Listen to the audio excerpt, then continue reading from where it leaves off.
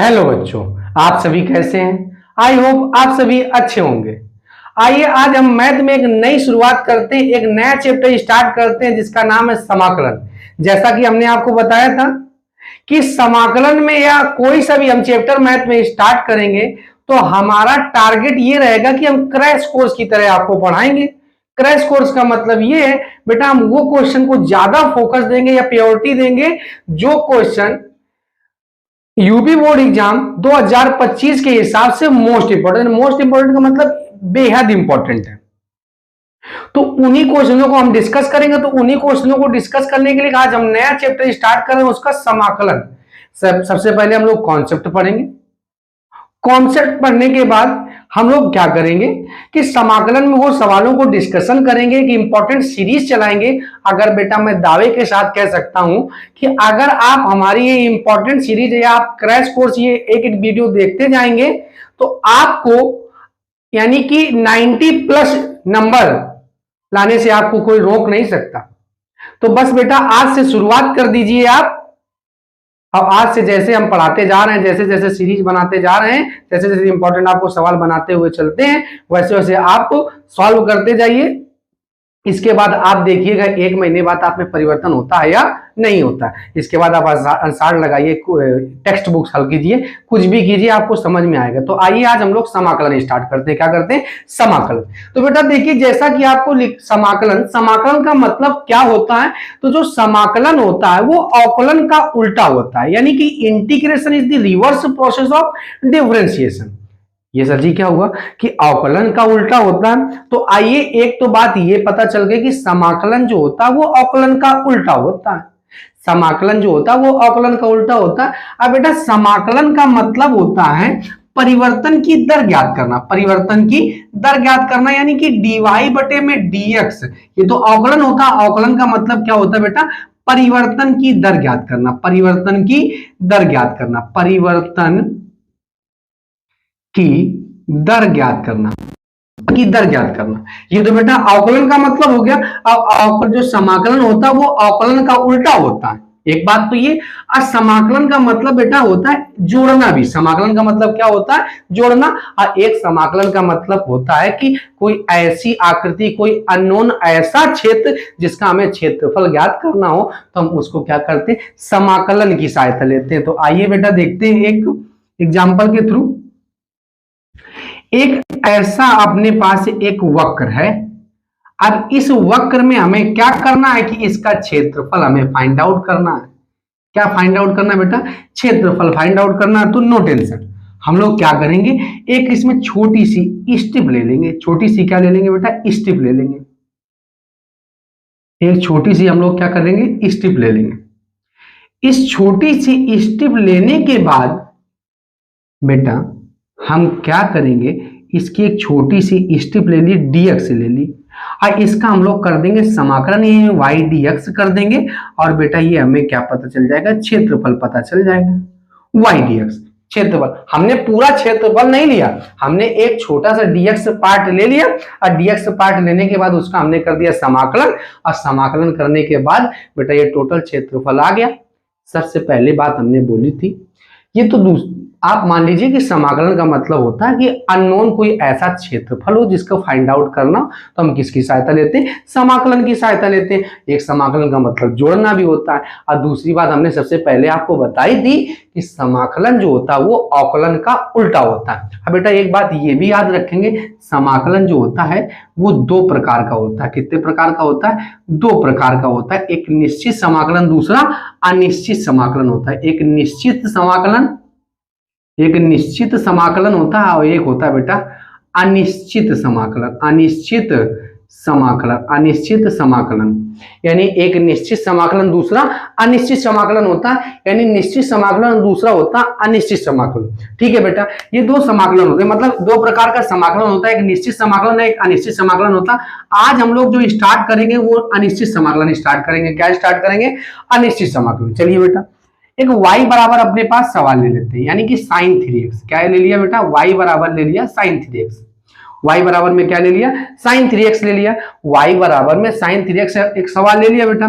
अब ये y बराबर में साइन 3x एक सवाल ले लिया, तो इसको हम करते हैं समाकलन कर देते हैं। क्या करते हैं बेटा, अवकलन करते हैं। क्या करते हैं, दोनों पक्षों में x के सापेक्ष क्या कर देते हैं, अवकलन कर देते हैं, यानी कि dy बटे में dx इक्वल टू।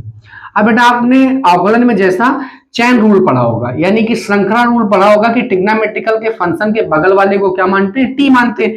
तो साइन टी का अवकलन होता है कास टी। साइन टी का अवकलन क्या होता है बेटा, कास टी होता है। साइन टी का अवकलन क्या होता है बेटा, कास टी होता है। और जिसको टी लेट करते हैं ना, उसका अगेन डिफरेंशिएशन करते हैं, मतलब दोबारा अवकल करते हैं, यानी cos 3x हो गया बेटा। और 3 का क्या हो गया, 3 तो कांस्टेंट है, x का डिफरेंशिएशन 1 होता है, यानी कि 3 cos 3x हो गया। क्या हो गया बेटा, 3 cos 3x। dy बाई में क्या हो गया, dx हो गया। अब जैसा कि हमने आपको बताया कि समाकलन जो होता है वो अवकलन का उल्टा होता है, तो एक हमने सवाल लिया और उसका समाकलन अवकलन किया। अब अवकलन का अगर हम समाकलन कर दें तो जो हमारा पुराना सवाल था वही सवाल आ जाना चाहिए। तो आइए करके देखते हैं बेटा। dy इक्वल टू हो गया 3 cos 3x, 3 cos 3x, dx हो गया बेटा। dx ये बाई में था तो मल्टीप्लाई में भेज दिया बेटा। समाकलन करने पर, समाकलन करने पर कर देते हैं बेटा हम लोग समाकलन। तो समाकलन जब हम करेंगे तो समाकलन बेटा देखते हैं, कर दिया समाकलन, तो समाकलन कर दिया तो क्या हो गया, dy। समाकलन उन्हीं का होता है जिनका डी रूप होता है, समाकलन उन्हीं का बेटा होता है जिनका डी रूप होता है। तो बेटा इसका क्या हो जाएगा, समाकलन का जो सूत्र होता है, सबसे पहला सूत्र जो होता है वो होता है, फर्स्ट सूत्र जो होता है इंटीग्रेशन x की पावर n dx का जो सूत्र होता है वो होता है x की पावर n+1 और y में होता है बेटा n+1।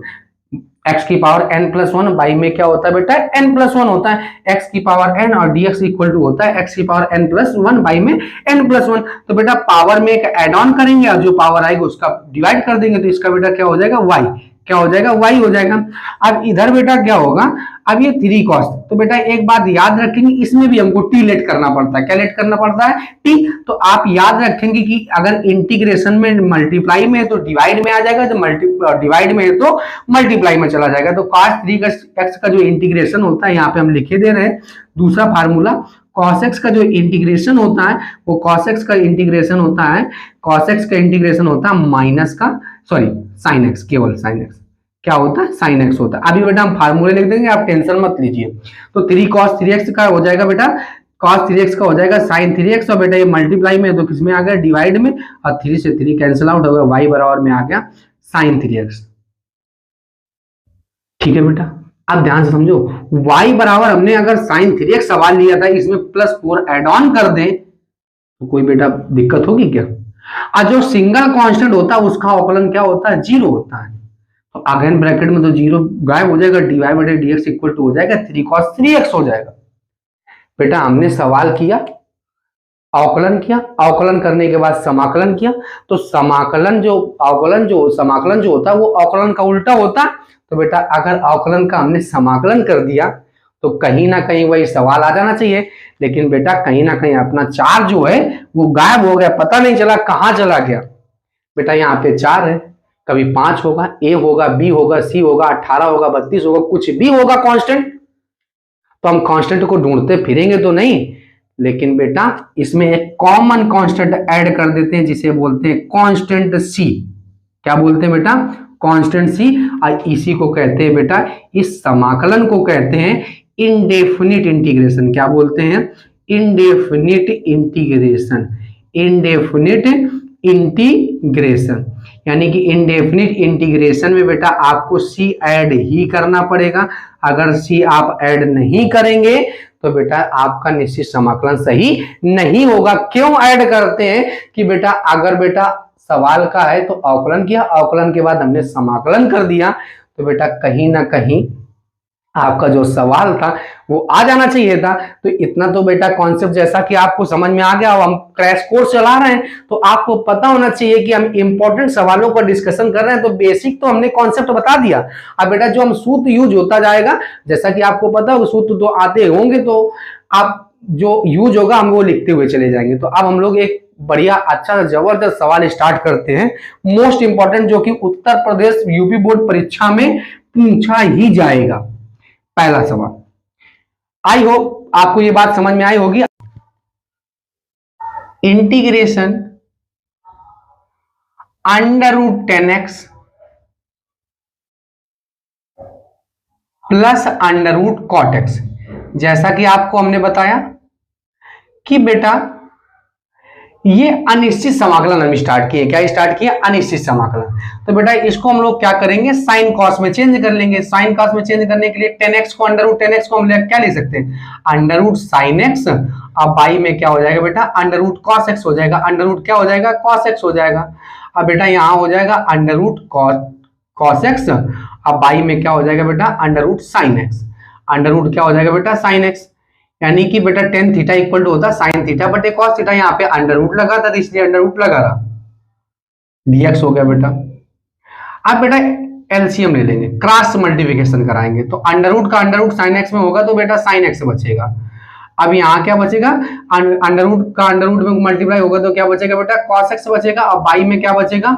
Under root cos x into में हो जाएगा बेटा under root sine x d x हो जाएगा। ठीक है बेटा। अब हम लोग क्या करेंगे? इसको एक साथ लिख लेंगे। Sine x plus cos x को तो ऐसे लिखा रहने देंगे। अब बेटा अंडर रूट साइन एक्स ये भी है, अंडर रूट कॉस एक्स ये भी है, तो हम क्या लिख लेंगे? Under root sine x into में कॉस एक्स। एक साथ लिख लिया हमने। चलिए बेटा अब यहां तक तो आई होप आप लोगों को समझ में आ गया होगा।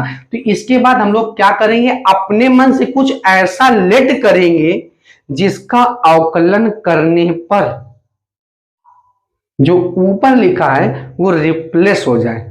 वो क्या हो जाए बेटा? रिप्लेस हो जाए। अंश में जो लिखा है वो क्या हो जाए? रिप्लेस हो जाए। तो चलिए अपने मन से हम लेट करते हैं। माना साइन एक्स माइनस में कॉस एक्स इक्वल टू हमने टी लेट कर लिया। क्या मान लिया? टी।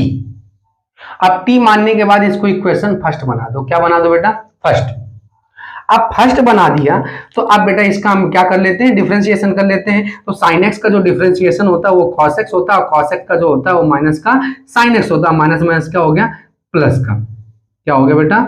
साइन एक्स का अवकलन होता है कॉस एक्स और कॉस एक्स का अवकलन होता है माइनस का साइन एक्स और माइनस माइनस क्या हो गया? प्लस। dx इक्वल टू क्या हो गया? dt हो गया। तो बताइए भैया रिप्लेस कर सकते हैं कि नहीं कर सकते? ये वाला देखिए पार्ट।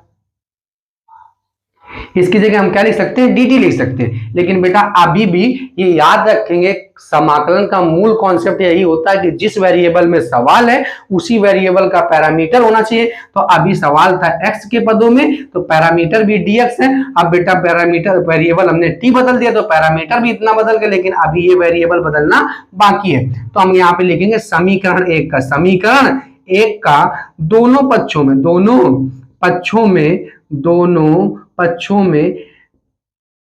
समीकरण एक का दोनों पक्षों में वर्ग करने पर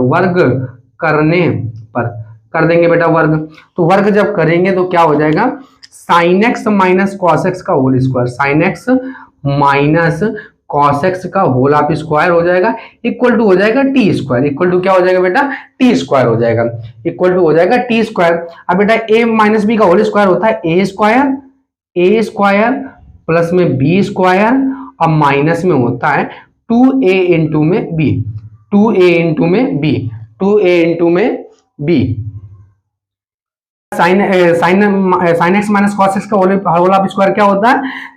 equal to sorry a minus b का होल स्क्वायर होता है a square plus b square minus का 2a इंटू में बी इक्वल टू क्या हो गया बेटा? T square. अब यहाँ पे क्या पता है हम लोगों को? Sine square theta plus cos square theta equal to 1 होता है। 2 साइन एक्स इंटू में क्या हो जाएगा बेटा? कॉस एक्स हो जाएगा इक्वल टू टी स्क्वायर। ये माइनस का उधर जाएगा तो क्या हो जाएगा? प्लस का, और ये प्लस का इधर आएगा तो बेटा क्या हो जाएगा? माइनस का हो जाएगा इक्वल टू हो जाएगा 2 साइन एक्स इंटू में क्या हो जाएगा? कॉस एक्स हो जाएगा। 2 साइन एक्स इंटू में क्या हो जाएगा? एक्स हो जाएगा। आइए बेटा मल्टीप्लाई में तो काय में आ जाएगा? डिवाइड में आ जाएगा। तो क्या हो जाएगा? बाई में 2 और साइन एक्स इंटू में क्या हो जाएगा बेटा? कॉस एक्स हो जाएगा। साइन एक्स इंटू में क्या हो जाएगा? कॉस एक्स हो जाएगा। साइन एक्स इंटू में क्या हो जाएगा बेटा? कॉस एक्स हो जाएगा। तो अब हमें पता चल गया कि sign x into cos x की जगह हम लोग क्या लिख सकते हैं? 1 माइनस में टी स्क्वायर, 1 माइनस में टी स्क्वायर, 1 माइनस में टी स्क्वायर लिख सकते हैं बेटा। अब क्या करेंगे? वैल्यू पुट अप करते हैं।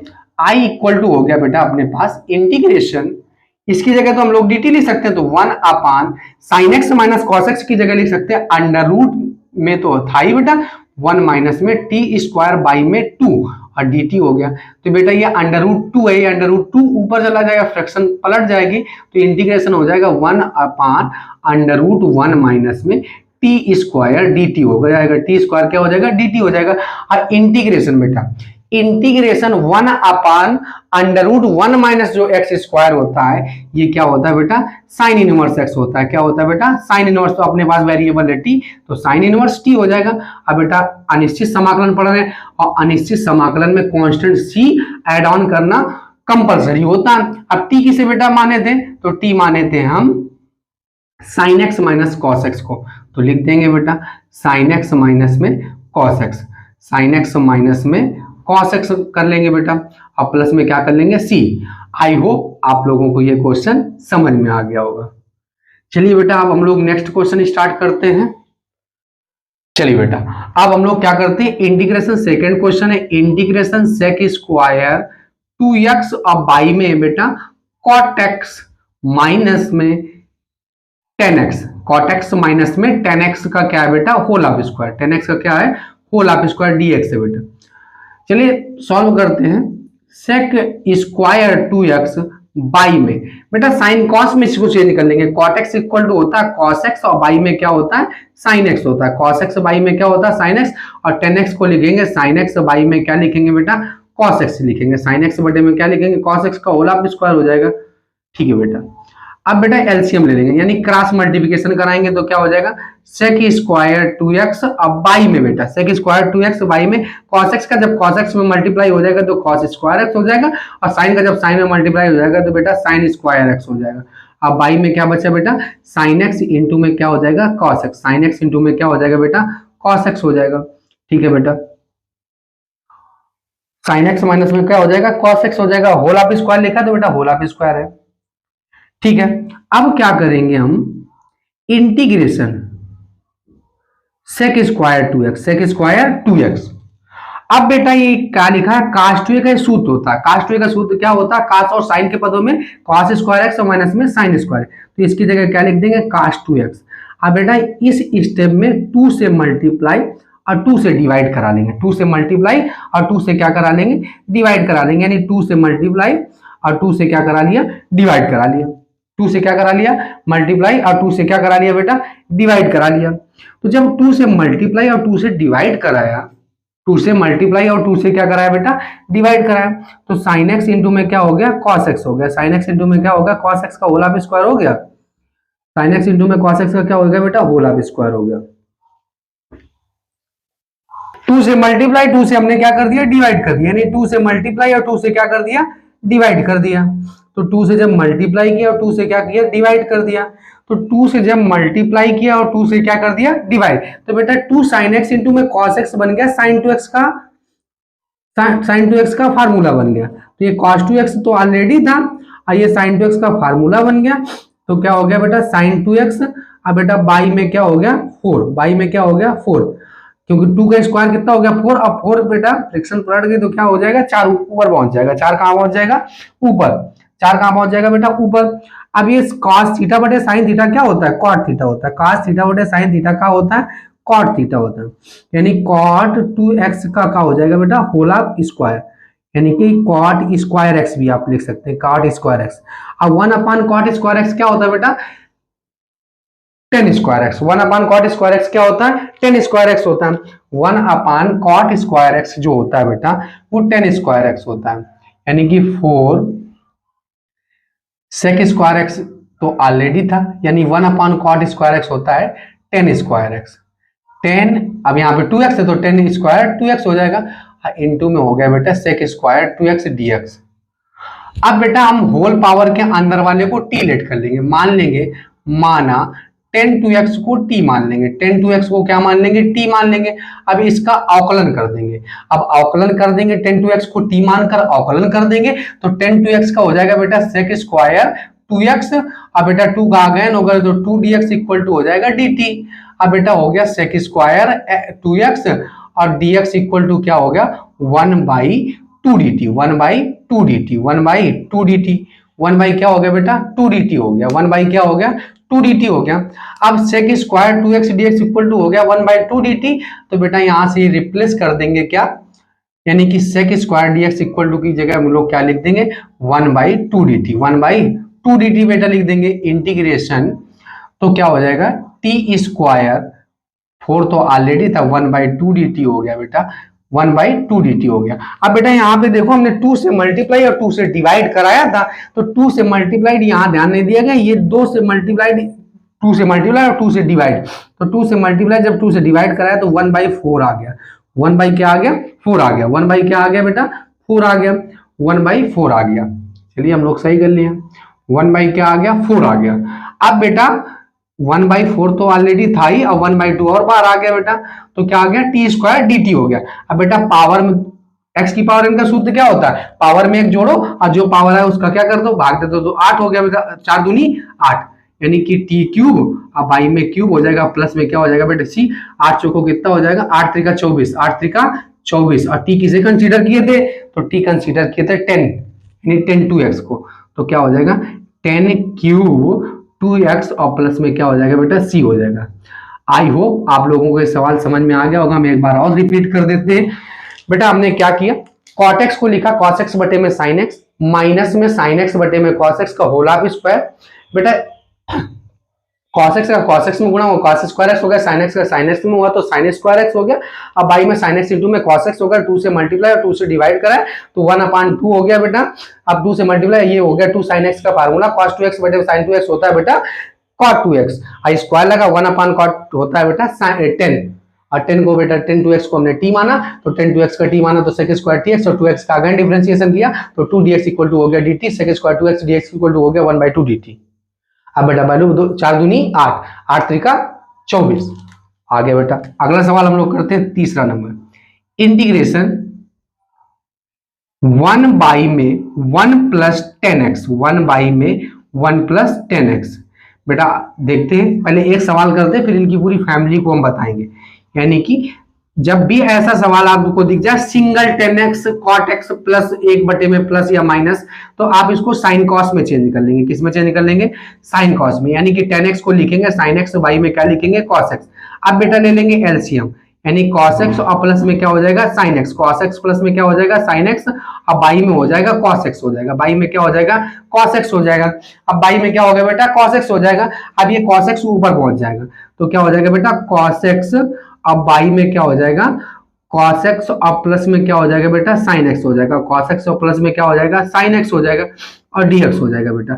अब अपने मन से 2 से मल्टीप्लाई और 2 से क्या करा लेंगे डिवाइड करा लेंगे। अब बेटा 2 cos x हो गया, अब 1/2 ऐसे ही बना रहेगा। अब 2 cos x को तोड़ दो, cos x और प्लस cos x लिख सकते हैं बेटा कि नहीं लिख सकते 2 cos x को। अब इसमें एक sin x जोड़ देंगे और एक sin x क्या कर देंगे बेटा घटा देंगे, एक sin x जोड़ देंगे, एक sin x के क्या कर देंगे बेटा घटा देंगे, बटे में हो जाएगा cos x और प्लस में क्या हो जाएगा बेटा sin x हो जाएगा, dx हो गया। अब बेटा नीचे वाले के हिसाब से अरेंज करेंगे तो 1/2 हो गया और cos x हो गया और sin x इससे पास ले आओ तो sin x हो गया, अलग अलग डिवाइड कर देंगे, बाई में cos x और प्लस में क्या हो गया बेटा sin x हो गया, cos x प्लस में क्या हो गया sin x का। अब बेटा प्लस, अब ये sin x है और माइनस में सॉरी अभी यहाँ पे प्लस cos x था, प्लस का cos x और माइनस में क्या हो गया sin x हो गया बेटा। अब बाई में क्या हो गया cos x हो गया, अब प्लस में क्या हो गया sin x हो गया बेटा। अब क्या करेंगे अलग अलग डिवाइड कर दिया बेटा, अब अलग दिस से दिस कैंसिल आउट हो जाएगा। अब यहाँ क्या बचा बेटा 1, क्या बचा 1 बचा, 1 बचा। तो बेटा अलग अलग इंटीग्रेशन कर लेंगे, 1/1 dx हो जाएगा बेटा और इसका क्या हो जाएगा प्लस, क्या हो जाएगा बेटा प्लस हो जाएगा, यानी cos x और minus sin x, cos x minus में क्या हो जाएगा बेटा sin x, यानी cos x और माइनस में sin x। अब बाई में हो जाएगा बेटा क्या है cos x और प्लस में क्या है sin x, cos x plus में क्या है sin x है और dx है। अब बेटा इसका तो डिफरेंशियल इंटीग्रेशन हो सकता है, लेकिन इसका बेटा क्या करना है आपको, t लेट कर लेंगे, क्या लेट कर लेंगे माना t इक्वल, माना cos x और plus sine x equal to क्या मान लिया हमने t, क्या मान लिया बेटा। अब जिसको t मानते हैं उसका क्या करते हैं दोबारा अवकल करते हैं, क्या सॉरी अवकलन करते हैं, क्या करते हैं, यानी cos x और प्लस साइन एक्स को क्या मान लिया t मान लिया।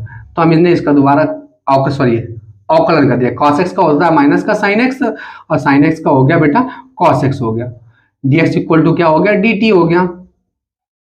अब बेटा हम माइनस वाले को पहले और प्लस वाले को पहले और माइनस वाले को बाद में लिख देंगे, यानी cos x और minus sin x dx equal to हो गया dt हो गया।